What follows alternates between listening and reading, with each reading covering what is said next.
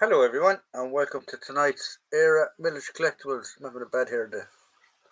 We'll sort it out. There we go. So we're just going to wait for people to turn up and show up and pop in. And the usual, we're going to have a bit of a Q&A. Shalom brother, Shalom Herefordshire Regimental Museums. Hello, how are you? So what are we going to talk about today? Well, what we're going to talk about, first of all, is the SAS video, because I've been getting an awful lot of messages and emails and stuff about it. People wanting to know why things were done a certain way and stuff like that. So I thought the easiest way to do it was to answer questions here on the live stream. You there yet? I am here, David. How are you? I am here. That was one thing, and the other thing people were asking me was, I've had a few people ask me to do another Vietnam video, Australian Vietnam video, so there will be one of them coming up over the weekend. So I hope you enjoy. I do need to try and get a few videos filmed and put away. It's yourself. It is myself. I need to get a few videos filmed and edited and ready to go. I need to catch up on that this weekend, this weekend, because I will be away for a few weekends. I will be at the Yorkshire Wartime Experience with the Combined Forces Living History Group, and I will also be at the Victory Show with the guys from the Living History UK Festival. So I busy few weeks. It's not if. No, it's me. It is me, David. Good. That means good evening. It's Swedish. Oh, very good. Hello, my MRT1. How are you keeping? Gary Hall. Hello, how are you? The Swedish I know is probably best kept for a bar or something like that. That's about it. That's about all the Swedish I know. So how is everyone doing? Anyway, today, David, good evening. First one to get Kenny gets a cookie. Hey, I'm here and on a new computer with high definition screen. Very good, Jim. Hello, how are you? There's a few of us been asking to see how you're going on. If you're happy and you know it, clap your hands. There's a few of us have been asking about Jim, where he's been and where he's been hiding. Well, he's there. He's back to the land of the living. Jim, I talked about this last week, on the live anyway. There is a video coming up on it. I am trying to do a bit more research on it, and I just can't get over the fact that the unissued tag's still on it. But yeah, so there will be a video of that coming up in a few days, or in a week or two's time. So, people have been asking me about the SAS impression. Why did we put an SAS impression? Why did I put an SAS impression together? And the long and the short of it is because I did. Danny, Herefordshire Regimental Museums, that's sitting there, or he's there somewhere in the lives. He got an airborne Jeep, and we were going to go to the Victory Show anyway. So he decided. Well, it was a group decision that Danny was going to bring the airborne vehicle that is done up for the SAS. Now I know he's frantically putting bolting bits and collecting bits and stuff on it. So that was it. And Danny has a huge collection and is a very keen collector in SAS stuff. So that's what the decision was. Why we decided we were doing first SAS. Nothing untoward. Nothing. Put like a lucky dip or anything. We weren't forced to do anything. We weren't asked. We just decided that we were doing first SAS. So that's how it came about. I'm just going to answer more of these few questions. Swedes have great quality kit. I'd love a Swedish M90 uniform, actually. That's on my to-do list. I must get them before everyone in the world goes to multicam. I must invest in one of those. I was on a busted computer and using an Apple iPhone. As for the Polish jacket goes, you are very welcome, my friend. Thank you very much, actually. Yeah, it's fantastic. I'm really, really chuffed with it. Started as US Navy grey. It did start as US Navy grey, and it wasn't even US Navy grey because there was a shine off it, whereas it should be matte, but it actually looked like there was a shine off it on the photos that he sent me of the Jeep. And it's not been that long, I suppose. What? He's literally stripped it and rebuilt it within 3 months, possibly less. I was wondering why there was one eye tape. Yeah, so the questions that were asked about the first SAS uniform that I put together is, why are we wearing rank and ribbons and stuff like that? It was sort of decided that anyone with previous military experience was going to wear their rank and wear where they had served. They're the equivalent of World War II. It's not that we're trying to trying to be better than anyone else, and it's not that we're trying to go, oh, look at me, I'm a sergeant, or I'm this, or I'm whatever. It's nothing to do with that. We're not trying to. Stolen valor was a word that was used, because I'm wearing corporate stripes and ribbons. I have served in the Middle East, and we decided we were going to wear the ribbons of the equivalent of a World War II version. So that's why there's ribbons on the uniform. The rank is the rank that we were equivalent to in our civilian careers or our previous military service. And the parachute wings, we decided not to wear them on our chest, to wear them on our sleeves, because the old original guys used to wear them on their chest. So that's why we wear them on our sleeves and not on our chest. So that is one thing that we decided we were going to do. Well, that's a few things we decided we were going to do. Now there's a few more questions here. So I was wondering. Beginning of April he got it. So April. What are we now? August. So 5 months. 5 months. He has stripped it, rebuilt it, repainted it, and turned it from a Navy Jeep with a roof and windows and all that to an airborne Jeep. It was an airborne Jeep anyway, but somebody had just decided to make a military or a Navy Jeep out of it. So yeah, that's good going. It's fantastic going. The guy with the weeks has the guy with the weeks is fine and say like a drummer having a van. You flew there, lads. Yeah, he's flying it. He's flying it, getting it done. Weeks wheels. Hello, dear friends. Everything okay with you? Everything's fine. Everything's fine, Ralph. How are you? If people listen to your info, they would have got with the gag. Exactly. It's strange how much people comment on videos and decide to become keyboard warriors. They might watch the first minute of the video, decide they don't like something, even though I explain it later on in the video, and just bang off an email or bang off a message to me going, "This is wrong." Um, get it sorted, or I can't believe you did it that way. And I'm like, what? Just calm down, buddy. I did remember got an email one time. No, look, constructive criticism is fine. I don't. If somebody wants to give me constructive criticism, that's perfectly okay.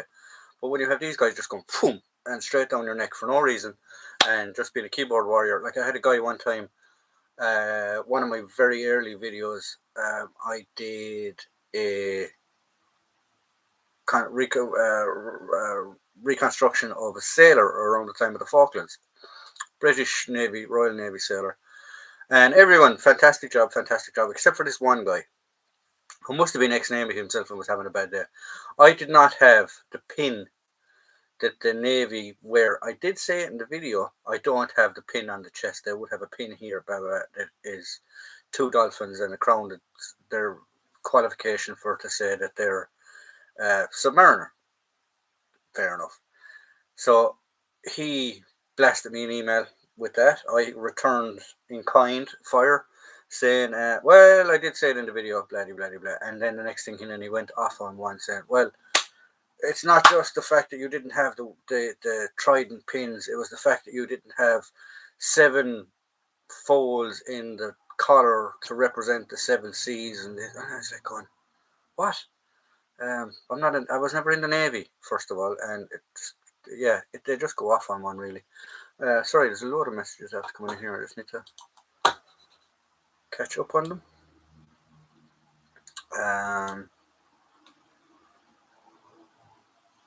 Tip for you: military shows in a video Polish copies like that.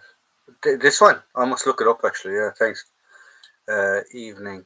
Yeah, Rifle Green. Hello, how are you? Stan. Hello, how are you? Rifle Green. Good evening. I can't comment. Has Kenny killed me? No, you're back there, Jim. You're back.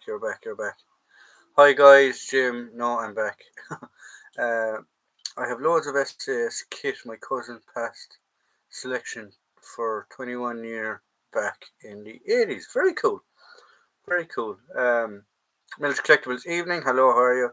I got all his old DPM kit. Very cool. Stan. Evening CJ. Evening Stan. Found and complete M1 helmet with blue liner in a flea market for around €30. I'm very happy. Blue liner would mean it was marked, or it was UN at one point in time. Reenactors Rumble, a good YouTube channel blogging about various aspects of UK World War II reenactment. Very cool. I must look up them as well. So what else was the comments? One good piece of constructive criticism that I never thought of. Come here, you fecker, you got him. One good piece of constructive criticism that I never thought about and completely slipped my mind was I didn't have a field dressing. And I do actually have a field dressing. So I must stick that one up. I must stick that in my kit bag. The field dressing. That's a good piece of constructive criticism. It's tiny little thing, tiny little detail, but there you go. I forgot about that. So that's going in the old bag for Yorkshire. Steel Helmet Stand evening. Living History UK podcast is a lot better. It is. The Living History UK podcast is good. I'm not going to deny it is. It's not good, or it is good. I'm on 2 episodes of it, I think. So yeah, it is a good podcast, but that doesn't stop me, and I wouldn't stop anyone from going to listen to other podcasts. But Living History UK Festival or UK podcast is good, and it's called the Living History UK podcast. It was different, but they changed the name on it. My MRT, yeah, I've got one of them. Was in NATO blue. I sprayed it green. Swatted fly. It is swatting. Bugger got him. Weekend YouTube war film tip for you is The Beast of Enemies 1961. Okay. With David Nevin. Sorry. Look, this is another one. I don't know if that. No, that's not a fly. That is a fly. Sorry. Podrick, hello, how are you? I've returned finally. You're more than welcome, Podrick. Steel Helmet Stand. Hello, Podrick. Yeah, so that was a good little piece of constructive criticism, was the fact that I didn't have it field dressing. So that will be going in the kit bag for a festival, and we're there to go. The other thing was people were asking me about I didn't have a full 38 pattern weapon. I didn't, because they don't have them. They're very rare. An awful lot of the stuff we had in videos, or not in videos, in pictures. Speaking of which, Danny sent me nearly over 100 pictures the other day for reference on First SAS, and it's very rare in any of those to see them with a full set of 37 pattern weapon. Just because people were asking me, like, where do I carry my water, where do I carry ammunition and stuff like that. Then again, in the video I answered that. It's in the bloody video. They would stuff it down their pockets or into their denizens and things like that. And they were motorized. They were motorized reconnaissance raiders. They had jeeps, all their water, all that stuff was on the Jeeps. They probably had a snatch bag that if things really went pear shaped, they'd grab their bag and go, and there was probably water on that or in that bag. Um, a lot of these guys lived off the land as well, so yeah, so that's why I didn't have a water bottle or 37 pattern webbing. So a few more questions. Uh,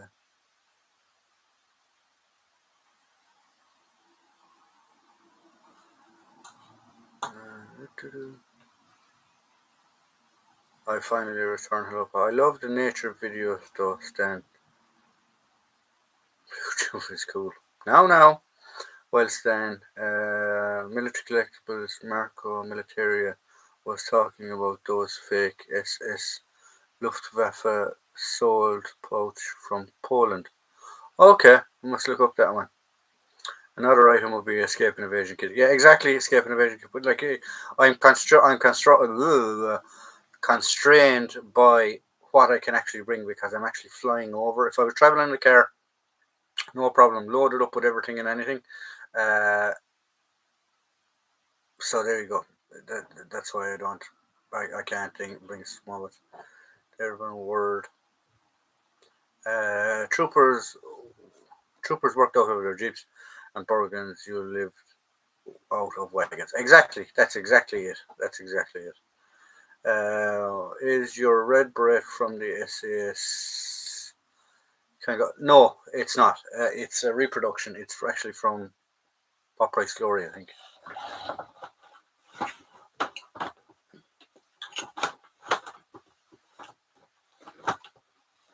It's yeah, it's Pop Price Glory. It's a reproduction, um, because it's the larger crown ones. So if I show you the difference, that's the SAS one, as you can see by the cap page.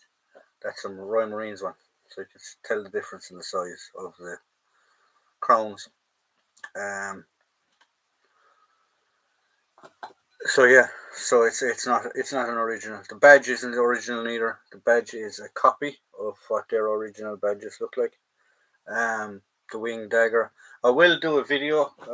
Danny actually said it to me. He put the idea in my head to do a video on insignias and stuff like that, and a small bit of history of the regiment. So that's probably what I will do in a few other videos. Um, the SAS used to sew a fishing kit into their DPM jackets. My cousin's one has that. Lead weight hooks and line. Um, yes, I know the Americans at one stage, the tricolor or the not their tricolor, their flag flash. Um, they had it in such a way that uh, they had it done in such a way that you could take it apart, and inside it they had like fishing twine and stuff like that, and hooks and money as well. I believe they had a gold coin in them. Their special forces lads used to do it. The kit was for survival course. Sorry, yeah, checking. There's a lot of stuff going on here.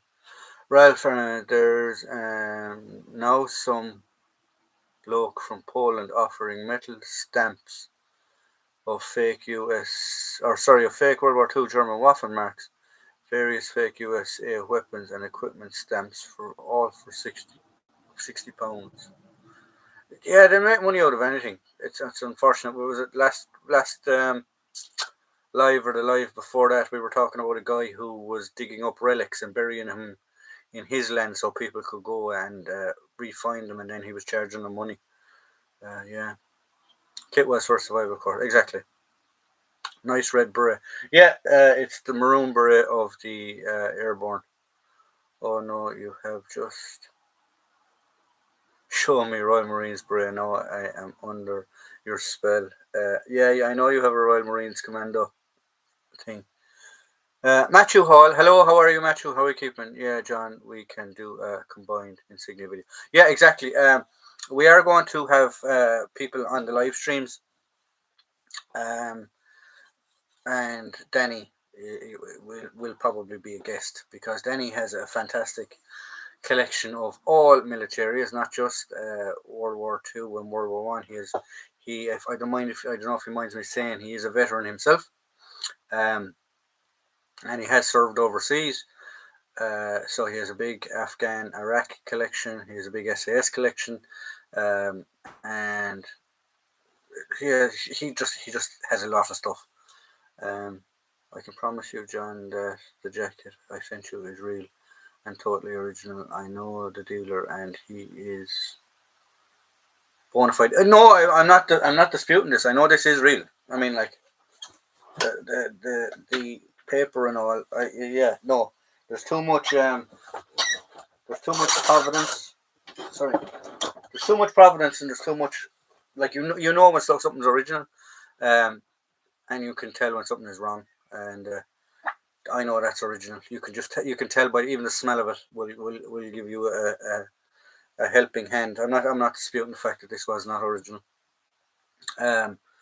So yeah. So oh yeah, and another thing as well. I don't know how somebody managed to notice it. I did not have leather laces on my boots. I don't have them. I do have a spare set in my hold all, but then if I use them out of my hold all, then I don't have any set in my hold all. So I was hoping to see if I could pick up a set in Yorkshire. If I don't, I don't. They're a pair of laces, lads. I will get them changed to the correct leather ones.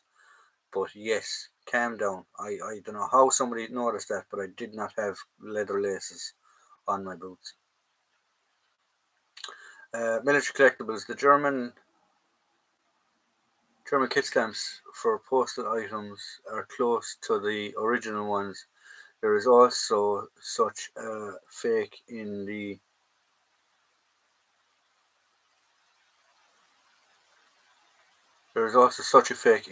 Overloon War Museum. That's awful when you see museums getting caught with fake items. John, you still after a D-Act 303? I have a friend up here selling of his complete World War II collection, which includes a few DX. Yeah, it would be, Gary. Give me a message later on the old regular phone, and we'll talk. They really stink, don't they? I have to keep all Eastern European kit in the shed for at least a week. Windows open. The smell of DDR. Yeah, you can tell. I have a box that's normally here it becomes part of my desk when I have it. When I have the desk here, when you see all the videos with the white top on it, there's a box underneath that, a Tupperware box, and there's mostly 37 pattern webbing and World War II stuff in it. And when you open it, ooh, you can really get the smell. Yeah. One good thing about the smell though is it keeps out critters. People don't like coming in here because of the smell. It doesn't bother me. It's not a bad smell. It's reenactor's smell, or it's a collector's smell. It's like walking into an antique shop. It's that nice type of smell. I'll send you a message in a few pics, man. No problem. Thanks, Gary. Um, Copies of high awards are called museum production. Yeah, this is the thing. You do come across, like, there are high end reproductions, and they're advertised as high end reproductions, and they're museum quality reproductions. Uh, so yeah, so you like, I have no problem in somebody having a high end reproduction in their collection, because obviously not everyone can afford the originals. Not the originals are less plentiful now. And yeah, so like, I don't see why there's an issue with people having reproductions in their collection. The smell of oiled Jeep canvas could be sold as a drug. Yes, canvas. Yeah, I like the smell of canvas. When you're in a hot tent as well, that smell as well, that's glorious. That should be like made into an aftershave or something like that. Gun oil. Where will be gone?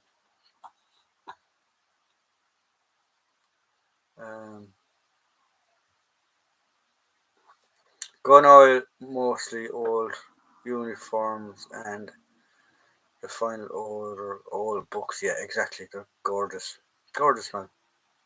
The great smell of East German petrol. Yeah, exactly. Was it you that was telling me, Dave, one time that you could, like, I think it was Stan took them anyway. He had shot glasses. And like you said, if you put liquid in them, they just turn to jelly and disappear.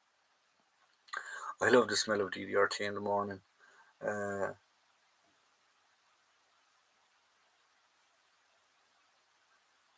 Shamelessness is my origins of state terror, tell me. A carpet beetle has crawled into my 1945 tank parade. I think they multiplied by 1,000 per week. Carpet beetle has crawled into my 1945. That's one thing. I actually have it over my door. Is I have a blue light, and whenever I'm not in here, that's zapping away, and hopefully dealing with any moths or anything like that I have. Normally, when I get something that I open it up and look at it and examine it, and if I think there could be a moth in it, well, I mostly do it with most stuff anyway. But I have a deep freeze, and it goes into a plastic bag and it gets fired into the deep freeze. Unless I do an unboxing. When I do an unboxing, some of the stuff, if I deem it necessary, goes into the deep freeze after it. But normally, if I buy stuff myself or get stuff myself, it gets put into a Ziploc bag and into the deep freeze for a good day or two to get euthanized. Where have we gone? The stamps used by the engraved rubber one Partex book, but within 10 years they have improved with laser etched bond disc and wood blocks. Yeah, exactly. That's the thing is now is technology is catching up. Like technology was always there, but the technology is catching up now that you can age stuff and cut stuff with fine detail. Um, because what would happen would be, you will say, is they'd have one original item, or they'd get the stamp impression of an original, by a rubbing or by something like that, and then they'd transfer that onto their stamp, and then they'd press that onto something or whatever it was. So by the more times that initial stamp had been used, the lesser the quality. Whereas now they have laser cut stuff that can exactly cut it to the thousandths of an inch of what they need to do. Moths are engaged with legal force. Yes, all moths should die. But I'm very good now, thankfully. I don't have a moth problem. I do know people that have had massive moth problems, but I don't. I just look after it. Around the room itself, I scatter mothballs, and I normally change them out every couple of months, and my blue light behind the door and things like that. So yeah, so we give the place a good zapping every few now and then. There's a video of everything on YouTube, tips of aging stuff.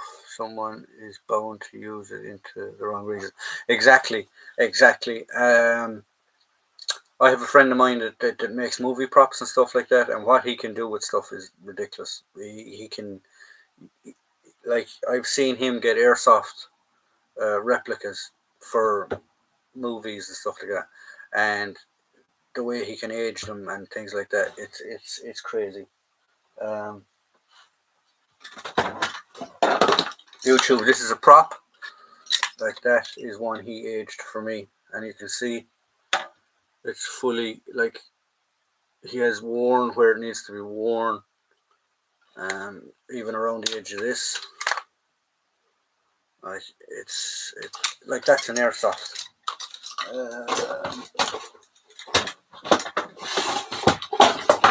I'll just show you another one or two. There is my M16 that has been completely aged by him as well. Also, Vietnam era one.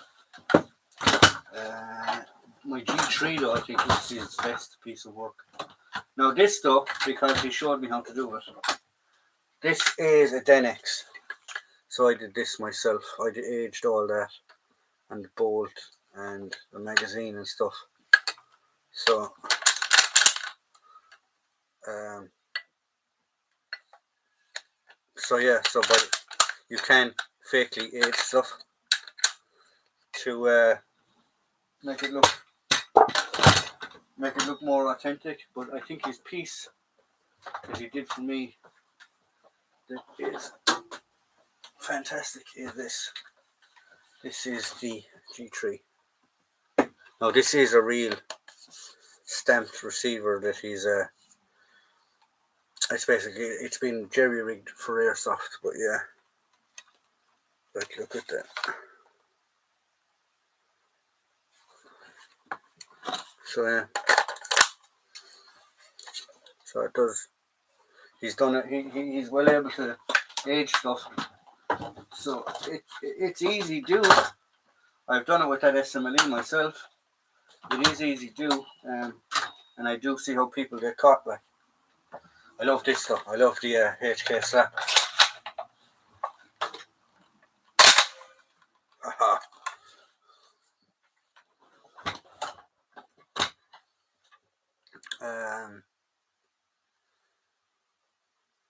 I got spiders. Where are we going? I've been aged and I have the heart of a young lion, but I look like an old fart. I got spiders in rent. Were the chances of survival higher in Hot Tobruk or in Snowy Ardennes region? That now I don't know. That now would be a very good question. I know Tobruk and Bastogne have been compared to each other because there were sieges, and Malta as well. But I'm not sure which was the best chance of survival in any of the three of them. Austin Thompson could rub a bank with that. I could, but I don't want to. Spiders are best. My shed has a resident spider population of around 100. Can't have mothballs in. My wife's reaction, they are poisonous for cats. Oh, exactly. Yeah, sorry. Cats eat moths. They also do. SMLE, I learned how to shoot on one of them 303 Full Metal Jacket. Yeah, exactly. That's actually a Denix. That's actually a Denix.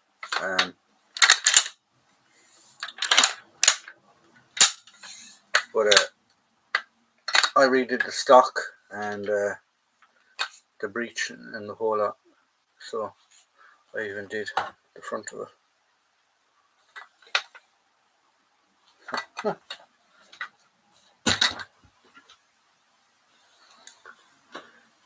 So what's the action like in the SMLE? It's fairly smooth.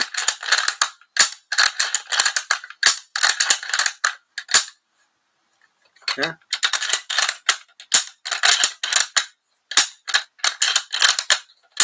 For a Denix, there is a bit of a rattle in it. That's the magazine. So.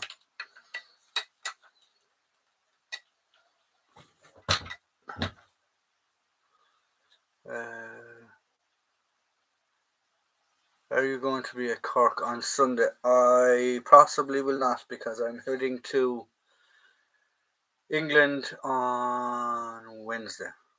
Yeah. Tobruk with Rock Hudson is in 96. Also a cool movie. It is a very cool movie actually. Those rifles kick like a mule. They do. I have used 303s, Mark 4s and stuff like that as well. Yeah, they're strong. They are strong. My Denix PPS H41 magazine rattles like a bugger. It's left it as it is though. Yeah, I haven't touched mine either. Like it is what it says on the tin. Now I am missing. Not if you noticed there. I am missing actually one of the lips that should be there. It just snapped off. I don't know where it snapped off, so, but it doesn't affect the magazine. Saying that now, watch, it won't lock. Shouldn't affect the magazine. Haha, I know what's wrong. Open the bowl, John.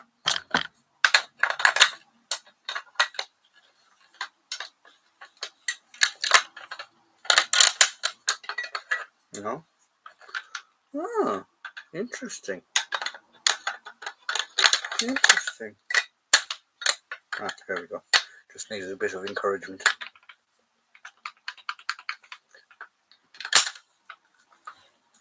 Now, I just dropped something. There we go.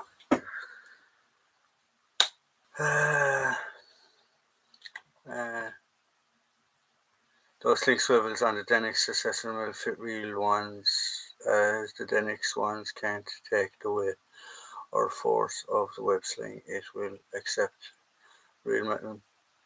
Number 4 magazines for authenticity. Oh, okay, cool.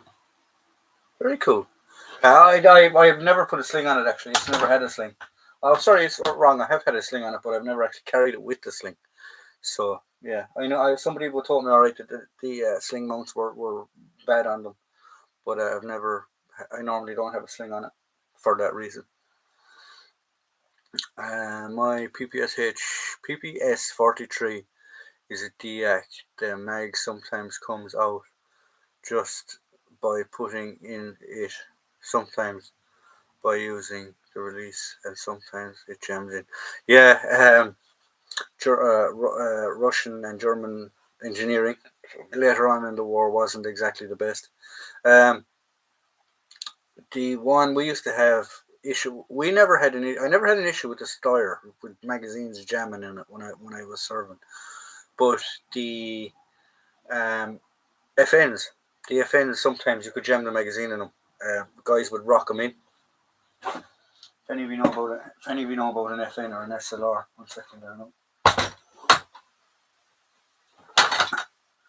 When I was in the military, these FNs or the SLRs or the FNs, the FN were used by the reserve for a long time, and then they got the SLRs.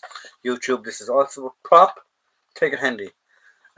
Right, so you have to rock in these. Why is there BBs in this? But you have to rock in your magazine. So basically, you clip it in the front and you push it all the way back, so that's in. I have seen reserve guys panicking, and what they would actually do is they would actually get the back of it clipped in first, and then actually jam it like that, and then they were a pain in the bugger. Like, it'll be like that. So the magazine will be cocked or canted, so then they were a bugger to try and get in and get out. So the SLRs you have to put in the front first and then rock them in. Yeah. And then again, it's not surprising what I've seen recruits and reserve guys manage to do with weapons and stuff like that. Scarily.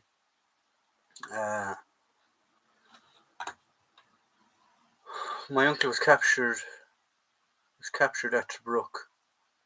West Lancashire Royal Artillery taken by Italians, sent to Germany. Oh, very interesting. I'd love to actually. We were talking one time about places that we wanted to go see, and I forgot actually. I want to go see the prisoner of war camp where the Great Escape was, which is actually by Jim, I believe, as well. We'll be going on a military history tour of Ballinamore on the 13th, led by a lad who wrote the piece I sent you the other day. Have you read it yet? I haven't actually read it yet. I must get a chance to sit down.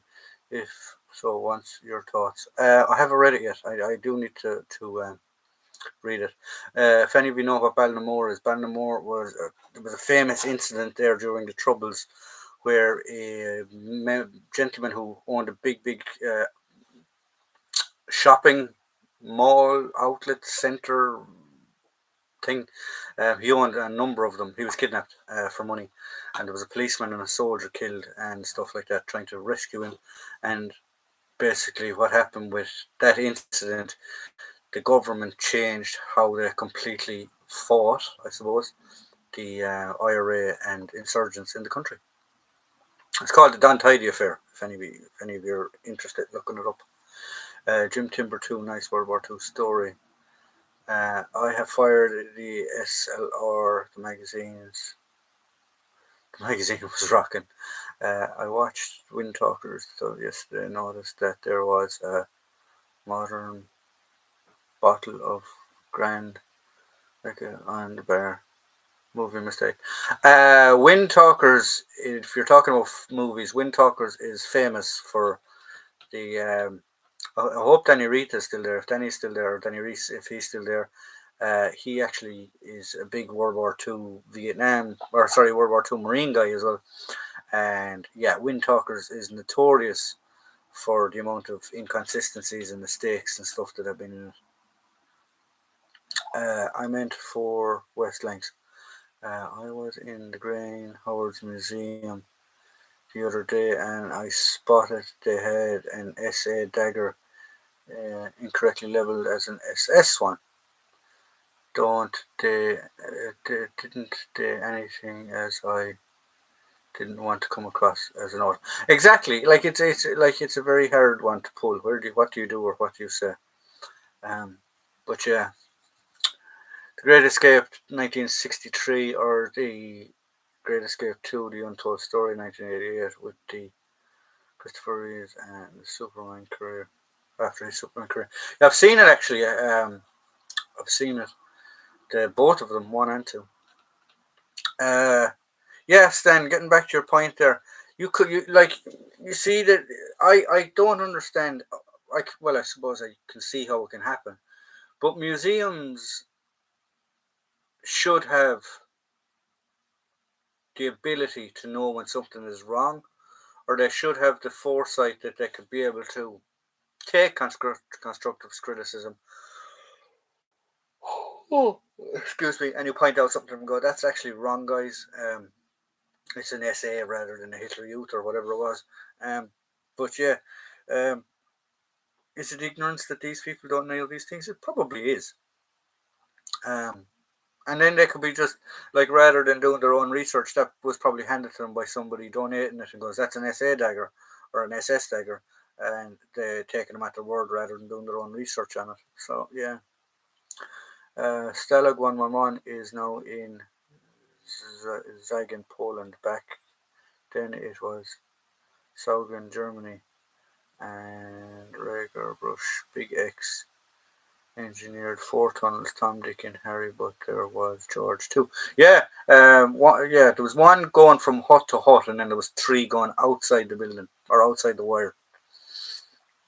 Reference Wind Talkers at the Navajo enlistment ceremony. They are flying a 50-star flag instead of a 48. One guy in a battle scene is firing an M14, which turns into a Thompson SMG. Yeah, it's notorious. Wind Talkers is notorious for wrong stuff in it. I suspect that a lot of museums are run by managers or people as a job rather than as a passion. Yeah, I don't know if anybody's seen it. I think it was CJ from Military Collectibles that put me onto it. The Imperial War Museum had a documentary on, was it More 4 or Channel 4 or something. They had a documentary series of it, and it was behind the scenes of them building these big exhibitions and exhibits and stuff like that. And strangely, from what I noticed in it, a lot of the curators that were in charge of designing the displays and how to display them and things like that were actually women, um, which I found extraordinary, really, to tell you the truth, um, which was also very interesting. I am not suggesting Green Howards is like that. No, like an awful lot of those private museums too are are, are privately run. They don't have the funding too as well for a full time curator and stuff like that. Uh, who made the mistake? From Wind Talkers, everyone, wardrobe, the advisors, the directors, the set designers, everyone made the mistake. I'm going to Brandenburg and seeing all former group of Soviet forces in Germany managed to get to. Oh, very cool, Podrick. That's very cool. A lot of museums had corporate events, drinks, etc. Would Joe Public notice the things we would notice? Yeah, an awful lot of two was shaking hands and well done, well done. That looks fantastic. Still, understand, totally agree. You have to have a passion if that's what you were doing. Yeah, exactly. Gary Hall, there, guys. If any of you don't know who Gary is, Gary owns Honor Up Banner Veterans Museum. I keep getting the frigging thing wrong. Um, but yeah, it's up there. Go check it out. It's in Armagh, Armagh City, Armagh Town, whatever you want to do. Check out the video. Watch the video of it. Fantastic little museum, all privately done. All he doesn't get any funding for it. He doesn't get any money for it. It's all done out of passion. It's a great little museum. So go check it out, guys. We at Herefords are fully volunteer ran and receive no funding. Any help appreciated. Perfect. Exactly. If any of you have anything in relation to Herefordshire Regimental Museums. Now, just a disclaimer about Herefordshire Regimental Museum. They are in Hereford. They have nothing to do with the SAS. They're specifically about the Herefordshire regiments, not the famous guys that are across the street. So yeah, so there you go, guys. I can talk a lot of wind mostly from my. I found a couple of members of staff talking very loudly about stuff going on in the place, and it was very off-putting. Yeah, that's bad. Like, you should be professional enough not to take stuff on the floor. American Revolutionary reenactors. Would you be surprised? You'd be surprised over here in America that the guys that run museums and the people that work there are usually former reenactors, like a huge passion for what they do. Yeah, that's a good point. Like, the American museums are fantastic. A lot of the American museums. If any of you been to any of the museums in Normandy and stuff like that, they're fantastic because they're ran by locals or guys that have a passion for it. The corporate ones now, the ones like I can't believe like the one thing that was fantastic about the Imperial War Museum was the trench, and they ripped it out. There's no trench there now anymore. I can remember that as a young guy going, that was fantastic. The other one was they bring you into a bomb shelter to experience the Blitz. That was fantastic as well.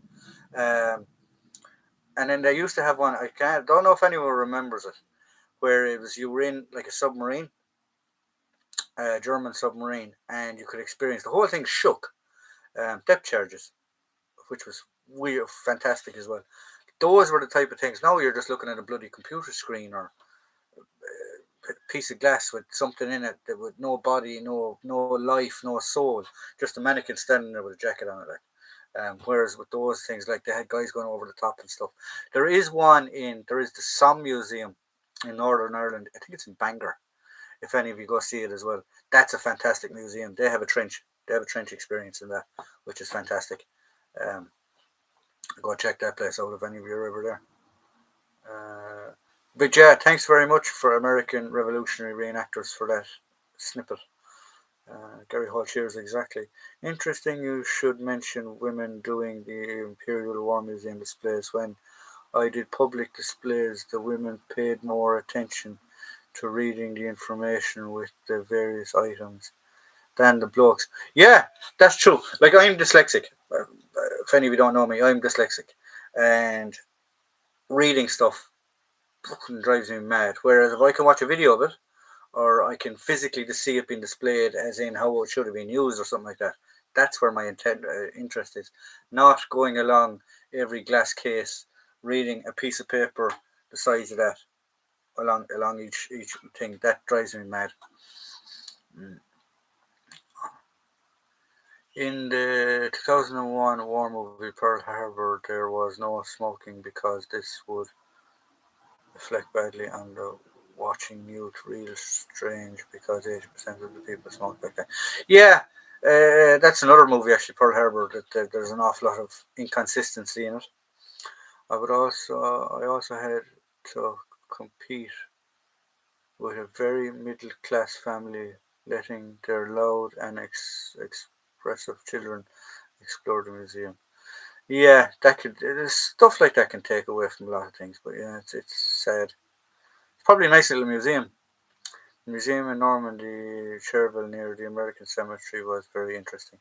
There's one, Dead Man's Corner. If any of you are ever in the area, Dead Man's Corner, look up their museum. Friggin' hell, it's bloody fantastic. Members of staff in the Imperial War Museum that it is now a social history museum. I was very disappointed when I visited last. Pop music and war. Pop music and war was one display. I am dyslexic too, not joking. It's a real problem. Uh, Against then, some museum visitors are just on a day out popping in because it is in the area, but no real interest in the museum.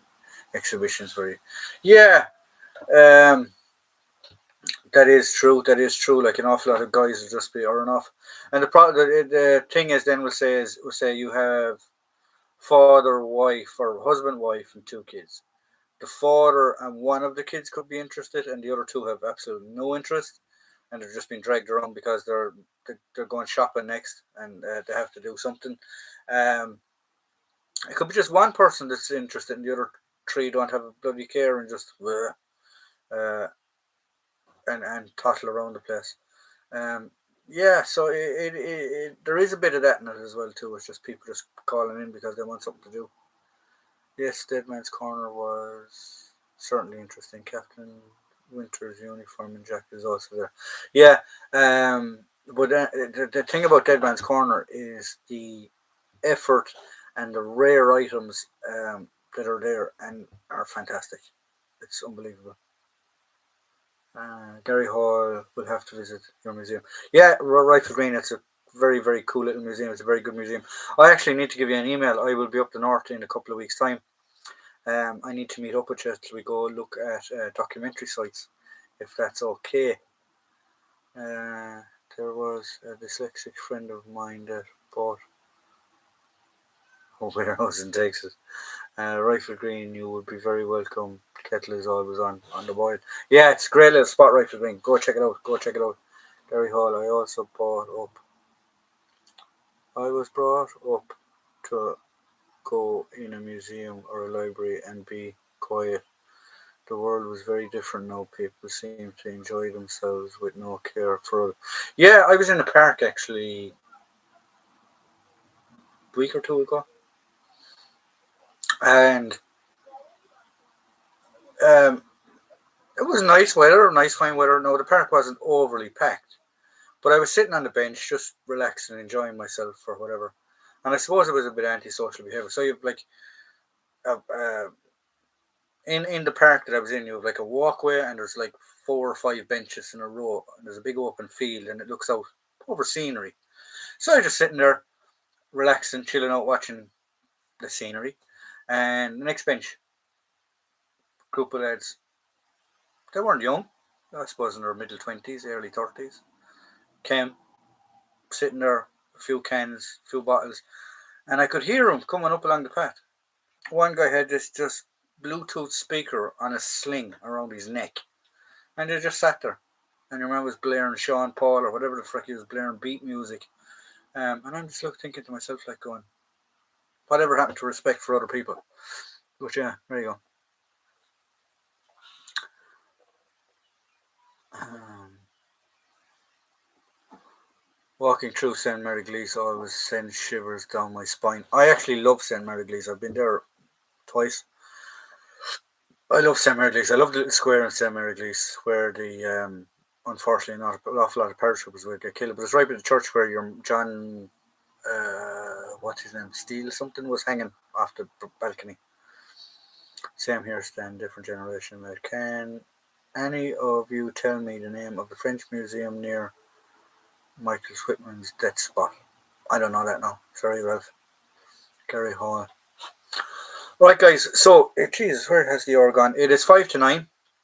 Um, we'll use the last 5 minutes as well for throwing information at me or throwing questions at me.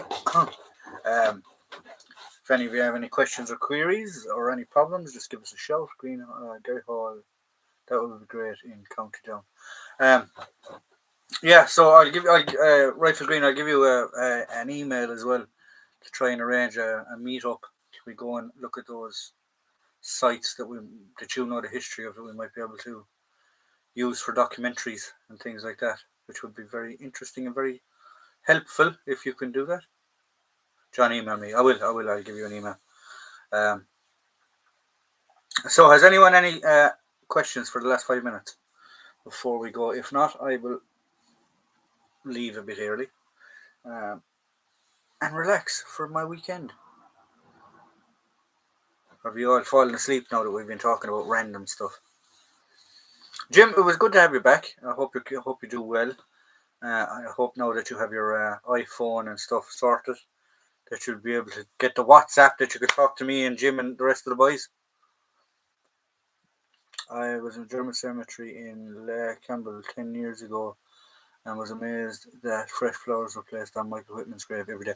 Exactly, I've been to that grave. He's the only one, actually, that has flowers placed on his grave. And if I remember correctly, he's the only one in that grave. Or sorry, he's not. There's him and two of his crew, or three of his crew. If any of you don't know how the British and the Americans, it's each individual grave, but the Germans actually buried up to 5 people per grave. So each headstone has 5 names on it, and their headstones are slabs. They're not actually a headstone; they're a slab. Yeah. Pop up on your rifle screen, not far away. Sorry, I missed one. Was doing a tour of Carlow the other floor. How to do a local history project. Some lad walked past my college teacher and roared, "I don't give a fuck." Yeah, just some people out there are just plunkers.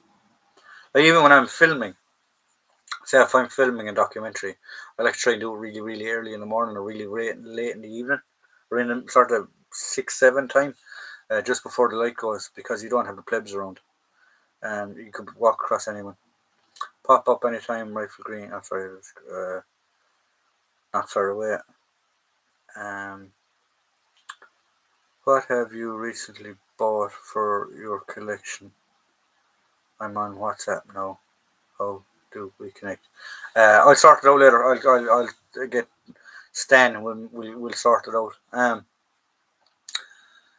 What have I bought lately in my collection? I haven't really bought anything in my collection. I've been kindly donated stuff like this jacket. Um, Danny Reese kindly donated me some stuff. Stan donated me this Mark 6 helmet behind me. That I've used for trades and stuff like that. Gary Hall, I've traded him some stuff. But I've been concentrating on the Victory Show and the Yorkshire Wartime Experience, so I haven't been really buying kit at the minute. Plus, it's that time of year as well for my tax, my insurance, stuff like that. So I have to try and be frivolous with the funding. Like an awful lot of guys going, Jesus, you get an awful lot of stuff donated. I do. I'm not going to lie. Guys kindly donate me stuff, but I trade stuff a lot more than I get stuff donated to me. And I buy an awful lot of stuff. And this is all out of my pocket. I'm not sponsored by anyone. I don't have a GoFundMe. I don't have a Patreon. I don't have PayPal. I don't have any of that stuff. So everything I do because it's my hobby. I don't get paid for any of it.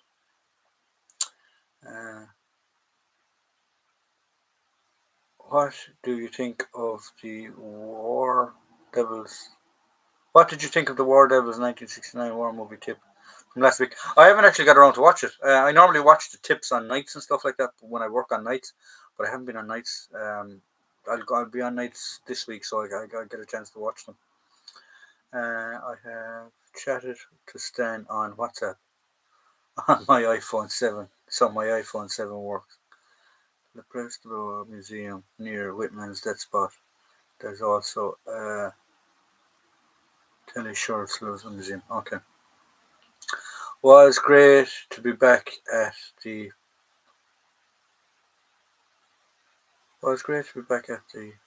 podcast. Sorry, I missed a few. Oh, the Living History UK podcast, or this podcast, or whatever. I don't know, is this a podcast? Would you call this a podcast? But yeah, no, you're more than welcome, Padraig. Thank you. Ralph, do you also have original photos of World War II with American soldiers on them? I don't have originals. Gary has originals. I think he has originals. Of guys, American soldiers and British soldiers and sailors um, in Northern Ireland during World War Two. Um, there was a massive American garrison there, and the school for training the Royal Navy and other navies was in Northern Ireland. Was actually in Derry, Londonderry. Um, so I have pictures of that, but they're not originals; they're copies. Yeah, I've been going mad lately, and I'm off to a fair tomorrow. I've been fair to Midlands then on the DDRT, planning on going mad tomorrow, heading to a 2-day military event next week. One for you, Rifle Green. What is the difference between war RAF buttons and war knots? War knots are leather buttons. RAF buttons don't have the. Sorry, war knots are like a leather button, as far as I know. They don't have the crest on them. Sorry, it is in Port Stewart, Rifle Green, Jim Timber 2. I can probably forward John's number to you if that's okay, John. Yes, work away, Stan. Work away. My personal assistant. Work away. Right, guys, I'm off. We're on the hour. It is 2 minutes past 9. So have a great weekend. Stay safe out there. Everyone enjoy themselves. Stay away from the COVID and all that type of stuff. Jim, I will give you a bell during the week now that you will have my details, or give me a text during the week and we can chat. And yeah, so there you go. So have a good one, guys. Enjoy yourselves and enjoy your weekends.